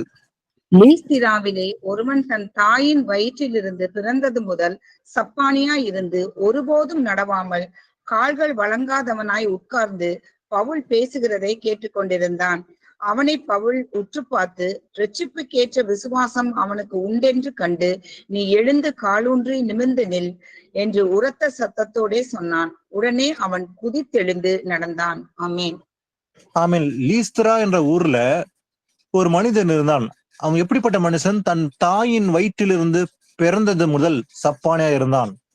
அவனால் நடக்க முடியாத ஒரு சூழ்நிலை. ஒருபோதும் நடவாமல் கால்கள் வழங்காதவனாய் உட்கார்ந்து அவன் உட்கார்ந்து என்ன பண்றான்? ஒரு நல்ல விஷயத்த பண்றான். அவன் என்ன பண்றான்? பவுல் பேசுகிறதை கேட்டுக்கொண்டிருந்தான். கவனமாய் கேட்டுக்கொண்டிருந்தான். நடக்க முடியல. ஆனா ஒரு நல்ல விஷயத்த பண்றான். வசனத்தை கவனமா கேட்கிறான். பவுல் பேசும்போது பவுல் பேசுகிற வார்த்தைகளை கேட்டுக்கொண்டிருந்தான். அவளை அவனை பவுல் உற்று பார்த்து, உடனே பவுல் என்ன பண்றான், அவனை பார்த்து சொல்றான், ரட்சிப்புக்கு ஏற்ற விசுவாசம் அவனுக்கு உண்டென்று கண்டு. அப்போ எப்படிப்பட்ட விசுவாசம் அவனுக்கு இருந்தது? ரட்சிப்புக்கு ஏற்ற விசுவாசம் இருந்தது இல்லையா அவனுக்கு. அவன் நல்லா அதெல்லாம் கேட்கிறான். அந்த விசுவாசம் இருக்கிறதுனாலதான் அவன் என்ன பண்றான், வசனத்தை நல்லா கவனமா கேட்கிறான். அதெல்லாம் பவுல் சொல்றான், ரட்சிப்புக்கு ஏற்ற விசுவாசம் அவனுக்கு உண்டு என்று கண்டு அவன் சொல்றான், நீ எழுந்து காலொன்றி நிமிர்ந்து நில் என்று உரத்த சத்தரோடு சொன்னான். அவன் என்ன பண்றான், உடனே அவன் குதித்தெழுந்து நடந்தான். இம்மீடியட்டா அவனுக்கு மிராக்கிள் இல்லையா, உடனே அற்புதம். கேட்டு கொண்டு இருக்கிறான் விசுவாசத்தோடு. ஆனா அந்த ரட்சிப்புக்கு ஏற்ற விசுவாசம் இருந்தாலும் கேட்கிறான். கேட்கும் போது அவனுக்கு சுகம் வந்தது. அப்போ வசனம் கேட்கறவங்க எப்படி கேட்கணுமா? விசுவாசத்தோடு கேட்க வேண்டும். இந்த வசனத்தை கேட்கும் போது நம்ம உள்ளத்துல வாங்கி கொள்ள வேண்டும், அதை காத்து கொள்ள வேண்டும். அப்போ நமக்கு சுகம் உண்டு. வசனத்தை கேட்டு ரட்சிப்படைந்தான் என்று பார்க்க முடியும் இல்லையா. வசனம் கேட்டு கொண்டவனுக்கு சுகம் உண்டானது. இது நாளைக்கு அல்ல, மறுநாள் அல்ல, உடனே சுகம் அடைந்தான் என்று பார்க்க முடியும். வாசிகளா, உபாகம் 32:39. நானே அவர், என்னோட வேறே தேவன் இல்லை என்பதை இப்பொழுது பாருங்கள். நான் கொல்லுகிறேன், நான் உயிர்ப்பிக்கிறேன், நான் காயப்படுத்துகிறேன், நான் சொஸ்தப்படுத்துகிறேன். என் கைக்கு தப்புவிப்பார் இல்லை. ஆமென். ஆண்டவர் சொல்றாரு, நானே அவர், என்னோட வேறு தேவன் இல்லை என்பதை இப்போது பாருங்கள். அப்படின்னா கர்த்தர் ஒருவர் தான், 2 தேவன் 3 தேவன் அல்ல, அவர் ஒருவர் தான் இல்லையா. அவர் சொல்றாரு, என்னோட வேறு தேவன் இல்லை என்பதை இப்போது பாருங்கள். நான் கொல்லுகிறேன், நான் உயிர்ப்பிக்கிறேன். ஆண்டவர் சொல்றாரு, நானே கொல்றேன், நானே என்ன பண்றேன், உயிர்ப்பிக்கிறேன், நான் காயப்படுத்துகிறேன், அதே போல நானே சொஸ்தப்படுத்துகிறேன். என் கைக்கு தப்புவிப்பர் யாருமே இல்லை. அவர் ஒருவரை கர்த்தர் இல்லையா. ஏன்னா எப்போ அவர் காயப்படுத்துகிறார், எப்போ சொஸ்தப்படுத்துறாரு? தப்பு செய்யும் போது கண்டிக்கிறாரு, காயப்படுத்துறாரு. ஆனா மனம் திரும்பும்போது என்ன பண்றாரு, அவரே சொஸ்தப்படுத்துகிறாரு. ஏன்னா அவர் அப்பாவை போலதான் அவர் என்ன பண்றாரு, செயல்படுறாரு. அப்போ நமக்கு இன்னைக்கு சிச்சை வருகுதா? அதனால சிச்சை போறது என்ன பண்றோம், நம்ம மாறுறோம், மனம் மாறுறோம், அறிக்கை செய்யறோம், அவரே என்ன பண்றாரு, சொஸ்தப்படுத்துறாரு. அப்ப நம்ம குணமாகறோம் இல்லையா. இதனால அவர் நம்ம மேல வைத்து இந்த அன்பு நிமித்தமாக செய்யறாரு இல்லையா. நானே சொஸ்தப்படுத்துகிறேன், நானே காயப்படுத்துகிறேன், அதே போல நானே சொஸ்தப்படுத்துகிறேன்னு சொல்றாரு. அப்போ அந்த காயத்துக்கு மருந்தே அவர் தான் பண்றாரு. காயப்படுத்துகிறது எதனால? தப்பு செய்யும் போது காயப்படுத்துகிறாரு. ஆனா மனம் திரும்போது அவர் அந்த காயத்துக்கு மருந்து கொடுக்குறாருன்னு சொல்லி பார்க்க முடியும். அடுத்தது நம்ம 2 விதமான சாட்சிகளை பார்க்கலாம். பழைய ஏற்பாட்டுல பிரபலமான தீர்க்கதரிசிகள் இருந்தார்கள். ஒன்னு எலிஜா, ஒன்னு எலிசா. அவர்களை கொண்டு தேவன் அநேக அற்புதம் செய்தார் என்று பார்க்க முடியும். அதுல 2 விதத்தை பார்க்கலாம், 2 அற்புதங்களை செய்த விஷயத்தை பார்க்கலாம். ஒன்று எலியா செய்த அந்த அற்புதம் பார்க்கலாம். 1 ராஜாக்கள் 17ஆம் அதிகாரத்துல 18 முதல் 22 வாசி. அப்பொழுது அவள் எலியாவை நோக்கி, தேவனுடைய மனுஷனே, எனக்கும் உமக்கும் என்ன? என் அக்கிரமத்தை நினைக்க பண்ணவும் என் குமாரனை சாக பண்ணவுமா என்னிடத்தில் வந்தீர் என்றாள். அதற்கு அவன், உன் குமாரனை என்னிடத்தில் தா என்று சொல்லி அவனை அவள் மடியிலிருந்து எடுத்து தான் தங்கியிருக்கிற மேல் வீட்டிலே அவனை கொண்டு போய் தன் கட்டிலின் மேல் வைத்து, என் தேவனாகிய கர்த்தாவே, நான் தங்கியிருக்க இடம் கொடுத்த இந்த விதவையின் மகனை சாக பண்ணினதினால் அவளுக்கு துக்கத்தை வருவித்தீரோ என்று கர்த்தரை நோக்கி கூப்பிட்டு அந்த பிள்ளையின் மேல் 3 தரம் குப்புற விழுந்து, என் தேவனாகிய கர்த்தாவே, இந்த பிள்ளையின் ஆத்துமா அவனுக்குள் திரும்பி வர பண்ணும் என்று கர்த்தரை நோக்கி விண்ணப்பம் பண்ணினான். கர்த்தர் எலியாவின் சத்தத்தை கேட்டார். பிள்ளையினுடைய ஆத்துமா அவனுள் திரும்பி வந்தது, அவன் பிழைத்தான். ஆமென். ஆமென். சாரிபாத் விதவே, அவளுக்கு ஒரு மகன் இருந்தாள். அந்த மகன் வியாதிப்பட்டு இருந்தது. அப்போ வியாதிப்பட்டு படுக்கையில, மரண படுக்கையில இருக்கும்போது அப்ப சொல்றா, தேவனுடைய மனுஷனே, எனக்கும் உமக்கும் என்ன? என் அக்கிரமத்தை நினைக்க பண்ணவும் என் குமாரனை சாக பண்ண வேண்டுமோ இடத்தில் வந்தீர் என்று அந்த ஸ்திரீ எலியா இடத்துல கேட்கும் போது, அப்ப எலியா சும்மா இருக்கல, அவன் என்ன பண்றான் பாருங்க. அவன் உடனே என்ன பண்றான், ஜெபிக்க ஆரம்பிக்கிறான். அந்த பிள்ளை இடத்துல போய் ஜெபிக்கிறான், ஆண்டவர்ட்ட மன்றாடுறான். தன் கட்டில் மேல் வைத்து, என் தேவனாய கர்த்தாவே, நான் தங்கி இருக்க இடம் கொடுத்த இந்த விதவையின் மகனை சாக பண்ணினால் அவளுக்கு துக்கத்தை வருவித்தரோ என்று கர்த்தரை நோக்கி கூப்பிட்டு விண்ணப்பம் பண்ணினான். அந்த பிள்ளையின் மேல் 3 தரம் குப்புறம் விழுந்தான். அப்போ அவன் விசுவாசம் தளர்ந்து போகவில்லை. 1 முறை இல்ல, 2 முறை இல்ல, 3 நிலம் ஜெபம் பண்றான். 3 தரம் குப்புறம் விழுந்து, என் தேவனாகிய கர்த்தாவே, இந்த பிள்ளையின் ஆத்துமாவை அவனுக்குள் திரும்பி வர பண்ணும் என்று கர்த்தரை நோக்கி விண்ணப்பம் பண்ணினான். கர்த்தர் எலியாவின் சத்தத்தை கேட்டார். பிள்ளையினுடைய ஆத்மா அவனுக்குள் திரும்பி வந்தது, அவன் பிழைத்தான். அப்போ தேவன் பாருங்க, இவர் நல்லவர். எலியாவின் ஜெபத்தை கேட்டு மரித்த அந்த பிள்ளையினுடைய சரீரத்தை மறுபடியும் உயிர்ப்பித்தார். அந்த பிள்ளைக்கு மறுஜீவன் வந்தது என்று பார்க்க முடியும் இல்லையா? அப்போ ஜெபம்ன்றது முக்கியமான விஷயத்த பாக்குறீங்க. ஆனா அந்த ஜெபத்துல விசுவாசம் ரொம்ப அடிப்படை. எலியா ஜெபிக்கும் போது பாருங்க, அவன் என்ன பண்ணா, ஒரு முறை அல்ல 3 தரம் ஜெபிக்கிறான். குப்புற விழுந்து 3 தரம் குப்புற விழுந்து ஜெபம் பண்றான். முதல் தடவை ஜெபிக்கிறான், அந்த பிள்ளைக்கு உயிர் வரல. மறுபடியும் முயற்சிக்கிறான், 2வது தடவையும் ஜெபிக்கிறான், அப்பவும் உயிர் வரல. அந்த 3ஆம் தடவை விசுவாசத்தோட மறுபடியும் ஜெபிக்கிறான், 3ஆம் தடவை. பிறகு பிள்ளைக்கு ஜீவன் வந்தது. அப்போ ஜெபத்துல விசுவாசம் ரொம்ப ரொம்ப முக்கியம். அந்த விசுவாசம் மூலமாக செய்கிற ஜெபத்துக்கு வல்லமை என்பதை பார்க்கிறோம். அப்ப எலியா மூலமாக ஒரு அற்புதம் நடந்தது இல்லையா? ஒருவனுக்கு வியாதி படுக்கை நீங்கி போனதுன்னு பார்க்கலாம். அதே போல எலிசா பத்தி பார்க்கலாம். 2 ராஜாக்கள் 5ஆம் அதிகாரம் 10. அப்பொழுது எலிசா அவனிடத்தில் ஆள் அனுப்பி, நீ போய் யோர்தானில் 7 தரம் ஸ்நானம் பண்ணு, அப்பொழுது உன் மாம்சம் மாறி நீ சுத்தமாவாய் என்று சொல்ல சொன்னான். ஆமென். ஆமீன். பாருங்க, இந்த நாகமான் என்ற சீரிய படைத்தலைவன், அவன் தேவனை அறியாம இருந்தான். ஆனா பிறகு அவன் கேள்விப்படுறான், ஒரு சிறு பெண் மூலமாக கத்தரப்பட்டு கேள்விப்பட்டு. அப்படின்னா இந்த குஷ்டரோகம், ஏன்னா குஷ்டரோகம்ன்றது அன்னைக்கு குஷ்டரோகம் வந்தா என்ன பண்ணுவாங்க, அந்த குஷ்டரோகம் பிடித்தவன் என்ன பண்றாங்க, ஊருக்கு வெளியே அப்புறம் பண்ணி நீக்கிடுவாங்க. அதனால அந்த வேதனை தவித்து கொண்டிருந்த அந்த படை தளபதி தான் இந்த நாகமான் என்ற ஒரு படை தளபதி. ஆனா அவன் என்ன பண்றான், கேள்விப்படுறான், கத்தரை பத்தி கேள்விப்பட்டு, அதே போல அங்க ஒரு தீர்க்கதரிசி இருக்கிறார் சொல்லி கேள்விப்பட்டு தேடி உடனே அங்க வரான். அவனுக்கு விசுவாசம் இருக்குது, கத்தர் நிமித்தமாக எனக்கு சுகம் உண்டு என்ற நம்பிக்கையினோட தான் வரான். ஆனா வந்த உடனே அவன் ஒரு எதிர்பார்ப்போட வரான். எப்படியாவது எலிசா தொட்டு ஜெபம் பண்ணி சுகம் கொடுப்பான்னு நினைக்கிறான். ஆனா எலிசா என்ன பண்றாரு, ரொம்ப சிம்பிளா வேலைக்காரன் அனுப்பி, நீ அவனுக்கு போய் சொல்லு 7 தரம் ஸ்நானம் பண்ணு சொன்னா உடனே அவனுக்கு கோபம் வந்துருது. ஏன்னா என்னை பார்த்து தொட்டு சுகம் கொடுப்பாருன்னு நினைச்சேன். ஆனா இவர் சிம்பிளா ஒரு வேலைக்காரன் அனுப்பி 7 தடம் போய் ஸ்நானம் பண்ணு நதியில சொல்றாரு அப்படின்னு சொல்லி ஒரு கோபம் வருது. ஆனா பின்பு என்ன பண்றான், கீழ்படுறான். அதுதான் ரொம்ப முக்கியம். பிறகு மனசாமப்பட்டு என்ன பண்றான், சரி பரவாயில்ல, அவ சொன்னது வழி நான் கீழ்படிய சொல்லி போறான். 7 தடம் ஸ்நானம் பண்றான். ஆனா ஸ்நானம் பண்ண உடனே அவன் மாம்சம் எப்படி மாறிச்சு, ஒரு சிறு பிள்ளை குழந்தையை போல மாறிச்சு. அவனு மாம்சம் சுத்தமானாய் என்று பார்க்க முடியும். அவன் உடனே சுத்தமாகறான். எப்போ ஸ்நானம் பண்ணி 7வது தரம் வெளியே வரானோ உடனே அவனுக்கு சுகம் இல்லையா? ஆனா எப்பேற்பட்ட வியாதி சுகம் கொடுக்க வல்லவர் தான் நம்மளுக்கு கர்த்தர். அப்ப எலிசா மூலமாக வார்த்தையை அனுப்பி நாகமனை சுத்தமாக்கினார். அப்ப நாகமான ஒண்ணு செய்தா என்ன சொன்னா, கீழ்படுந்தான் இல்லையா? ஒருவேளை நான் கீழ்படிய மாட்டேன், நான் பழைய ஊருக்கு போயிடுறேன், ஏன்னா நான் போய் ஸ்நானம் பண்ணமா அப்படின்னு சொல்லி நினைச்சு போயிருந்தா அவனுக்கு சுகம் இருந்திருக்காது இல்லையா? ஆனா அவன் கீழ்படி என்ன பண்ணான், ஸ்நானம் பண்றான். பிறகு விசுவாசம் வந்தது அவனுக்கு. அப்போ இயேசு கிறிஸ்து எனக்கு சுகம் கொடுக்க வேண்டும் என்றால் விசுவாசம் ரொம்ப அடிப்படை. விசுவாசம் இல்லாமல் தேவனுக்கு பிரியமா இருப்பது கூடாத காரியம் இல்லையா? வாசிக்கலாம், மார்க் 16ஆம் அதிகாரத்துல கர்த்தர் நமக்கும் அந்த அதிகாரம் கொடுக்கிறாரு. எப்படிப்பட்ட அதிகாரம்? வாசிக்கலாம், மார்க் 16, 17, 18. விசுவாசிக்கிறவர்களால் நடக்கும் அடையாளங்கள் ஆவன. என் நாமத்தினாலே பிசாசுகளை துரத்துவார்கள், நவமான பாஷைகளை பேசுவார்கள், சர்ப்பங்களை எடுப்பார்கள், சாவுக்கேதுவான யாதொன்றை குடித்தாலும் அது அவர்களை சேதப்படுத்தாது, வியாதியஸ்தர் மேல் கைகளை வைப்பார்கள், அப்பொழுது அவர்கள் சொஸ்தமாவார்கள் என்றார். ஆமென். விசுவாசிகளால் நடக்கும் அடையாளங்கள். எப்படிப்பட்ட அடையாளம்? அப்ப யாருக்கெல்லாம் விசுவாசம் உண்டு இயேசு கிறிஸ்து மேல, ஒரு அடையாளம் உண்டு. எப்படிப்பட்ட அடையாளம்? அவருடைய நாமத்தினாலே என்ன பண்ணுவோம், பிசாசுகளை துரத்த முடியும், நவமான பாஷைகளை பேச முடியும் இல்லையா? சர்ப்பங்களை எடுப்போம், ஆனா சாவுக்கேதமான யாதொன்றும் குடித்தாலும் அது நம்ம சேதப்படுத்தாது, வியாதியஸ்தர் கைகள் வைப்போம், அப்போது அவர்கள் சொஸ்தம் அடைவார்கள். இந்த அதிகாரம் நம்ம அத்தனை பேருக்கு உண்டு. யாருக்கு? விசுவாசம் உள்ளவருக்கு இது கண்டிப்பா உண்டு. அப்ப நமக்கு அத்தனை பேருக்கு விசுவாசம் உண்டு என்று சொல்லுவோமானால் விசுவாசம் துரத்த முடியும், நோய்களை குணப்படுத்த முடியும். இந்த அதிகாரம் நமக்கும் உண்டு, இத சந்தேகமே இல்லை. அப்ப இந்த அதிகாரத்தை பயன்படுத்துறது யாருடைய கடமை? நம்முடைய கடமை.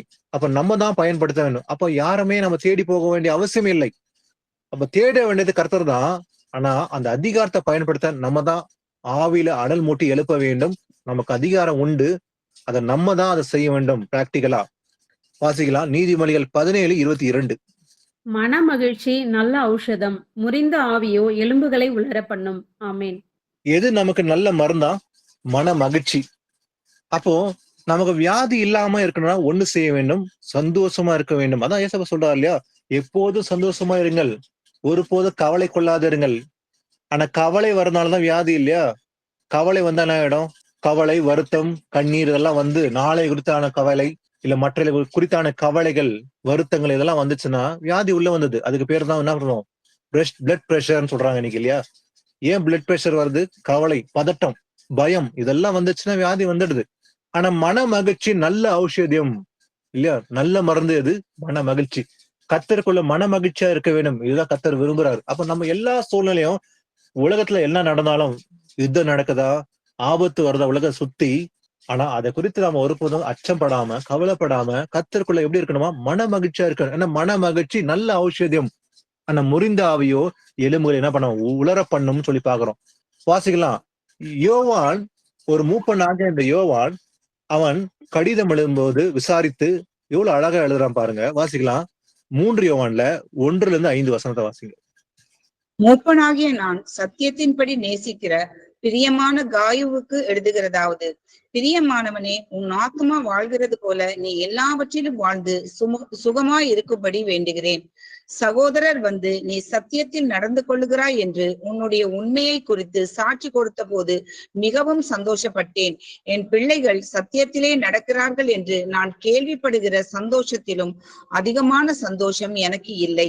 பிரியமானவனே, நீ சகோதரருக்கும் அந்நியருக்கும் செய்கிற யாவற்றையும் உண்மையாய் செய்கிறாய். ஆமென். ஆமென். காயு, அதாவது காயுன்ற ஒரு நல்ல ஒரு சீஷன், வசந்த கீழ்ப்படுகிற ஒரு நல்ல சீஷன் இருந்தான். அவனை விசாரித்து எழுதும்போது யோவான் எப்படி எழுதுறான் பாருங்க. மூப்பனாகிய நான் சத்தியத்தின்படி நேசிக்கிற பிரியமான காயுன்னு சொல்லி எழுதுகிறான். இப்ப அன்புள்ள ஒரு கடிதம் எழுதுறான். நிருபத்துல அவன் சொல்லும் போது ஒரு விஷயம் சொல்றான் பாருங்க, கவனிங்க. பிரியமானவனே, உன் ஆத்மா வாழ்கிறது போல நீ எல்லாவற்றிலும் வாழ்ந்து சுகமா இருக்கும்படி நான் என்ன பண்றேன்? வேண்டிக் கொள்ளுகிறேன், ஜெபம் பண்றேன் உனக்காக. இதுல உன் ஆத்மா வாழ்கிறது போல நீ எல்லாவற்றிலும் வாழ்ந்து சுகமா இருக்கும்படி நான் பண்றேன், நான் வேண்டுகிறேன்னு சொல்லி சொல்வது போல நம்முடைய உள்ளங்களும் இருக்க வேண்டும். அப்ப நமக்கு ஒருவருக்கு ஒரு விசாரிக்கும்படி நம்ம இந்த வேண்டுதல் செய்ய வேண்டும். உன் ஆத்மா வாழ்கிறது போல நீ எல்லாவற்றிலும் வாழ்ந்து சுகமா இருக்கும்படி என்ன பண்ணோம்? நான் வேண்டிக் கொள்ளுகிறேன்னு சொல்லி அந்த உள்ளம், அந்த அன்பு நமக்கும் இருக்க வேண்டும் என மூப்பனாகிய யோவான் இந்த கடிதத்தை காய்வுக்கு எழுதுறான். அது மாத்திரம், சகோதரன் வந்து நீ சத்தியத்தில் நடந்து கொள்கிறாய் என்று உன்னோட உண்மையை குறித்து நான் சாட்சி கொடுத்த போது நான் என்ன பண்றேன்? ரொம்ப சந்தோஷப்பட்டேன். உன்னை குறித்து கேள்விப்படும் போது, நீ சத்தியத்தின்படி நடக்கிறாய் என்று கேள்விப்படும் போது எனக்கு உள்ளத்துல சந்தோஷம். அதுதான் யோவான் காய் மேல இருந்த அன்பு இல்லையா? ஆனா இந்த அன்பில நாம் நிலைத்திருக்க முடியுதான் நாம சபையாக ஒன்று கூடி இருக்கிறோம். இந்த கண்ணீர், இந்த கவலைகள், இந்த வியாதிகள், இதுக்கெல்லாம் ஒரு முடிவு உண்டு இல்லையா? இது என்னைக்குமே இப்படியே இருக்க போறது இல்லை.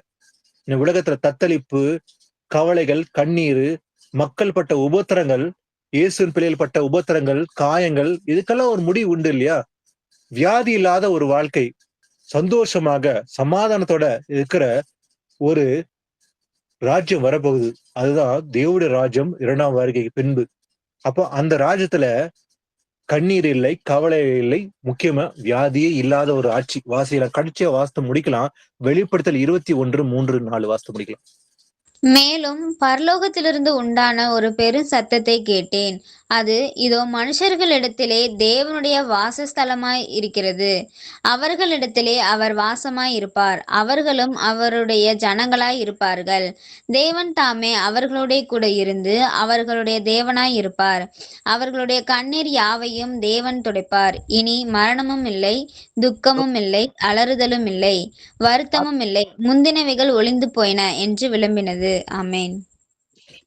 ஆமென். பாருங்க, ஆனா இதுக்கெல்லாம் ஒரு முடிவு காலம் வரப்போகுது. அந்த கால கட்டத்துல நம்ம எல்லாருமே இருக்கோம். முடிவு காலம் வந்து அருகில் வருகிற அந்த சம்பவங்கள், அறிகுறிகளை, அதே போல அடையாளங்களை பாக்குறோம் இல்லையா? நீங்க பார்த்தீங்கன்னா யுத்தங்கள்லாம் நடக்குது. இது அடுத்த வருஷமோ அதுக்கு அடுத்த வருஷமோ தெரியாது. ஆனா இதுக்கு பிறகு இயேசப்பா வந்து இந்த பூமியில அரசாளுவார். 1000 வருஷம் அரசாட்சி. அந்த ஆட்சி எப்படி இருக்குமா? பரலத்திலிருந்து உண்டான ஒரு பெரும் சத்தத்தை கேட்டேன். இதோ மனுஷரிடத்தில் தேவனுடைய வாசஸ்தலம். அப்ப ஆண்டவர் எங்க வாசம் பண்ண போறாரு? நம்ம அருகில் தான் வாசம் பண்ண போறாரு. அப்போ அவரிடத்தில் அவர் வாசமா இருப்பார். அவர்களுடைய ஜனமா இருப்பார்கள். தேவன் தாமே அவரோட கூட இருந்து அவர்களோட தேவனா இருப்பார். அப்ப எப்படி இருக்குமா?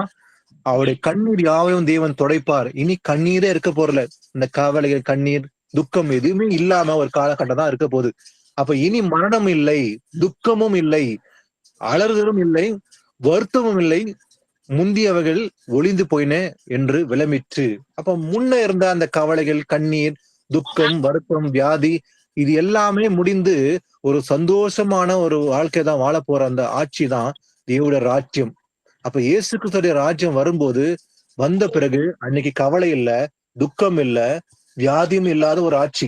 அந்த வியாதிக்கு ஒரு முற்றுப்புள்ளி, அதே போல வருத்தம், தத்தளிப்பு, இது எல்லாவற்றுக்கும் ஒரு முடிவு காலம் தான் வரப்போகுது. அப்ப இயேசு கிறிஸ்து வந்த பிறகு இந்த பூமியில ஆட்சி செய்யும் போது அன்னைக்கு சமாதானம் உள்ள ஒரு ஆட்சி தான் இருக்க போகுது. அப்ப நாம எல்லாரும் அதை பிரவேசிக்கும்படிதான் ஒவ்வொரு நாளும் முயற்சி பண்றோம் இல்லையா? அப்ப இன்னைக்கு இந்த 1 மணி நேரத்துல இயேசு கிறிஸ்து எனக்கு பரிகாரியா இருக்க வேண்டும், நான் என்ன செய்ய வேண்டும்? இந்த 4 விதமான கண்டிஷனை பார்த்தா இல்லையா? இந்த 4 விதமான கண்டிஷன் படி நம்ம நடந்தால் கர்த்தர் நமக்கு பரிகாரி. நமக்கு ஒரு வியாதியும் இருக்க போறதில்ல. வியாதி இல்லாத ஒரு வாழ்க்கை, ஒரு பாக்கியவானா இருப்போம் இல்லையா? இதுல முக்கியமா பார்க்கும்போது இந்த 4 விதமான கண்டிஷன் எதுன்னு பாத்தீங்கன்னாக்கா, அவர் சத்தத்தை கவனமா கேட்கணும், அவருக்கு பார்வைக்கு செம்மையானது செய்யணும், 2வது, 3வது அவருடைய கட்டளைக்கு செவி கொடுக்க வேண்டும், 4வது அவருடைய நியமங்களை கை கொண்டால் அப்போது இயேசு கிறிஸ்து நமக்கு பரிகாரி. நானே உன் பரிகாரிய கர்த்தர் என்று அவர்கள் மாத்திரமல்ல நமக்கும் கர்த்தர் கூறுகிறார். ஆண்டவருக்கு நன்றி. இயேசுவுக்கு மகிமை உண்டாவதாக.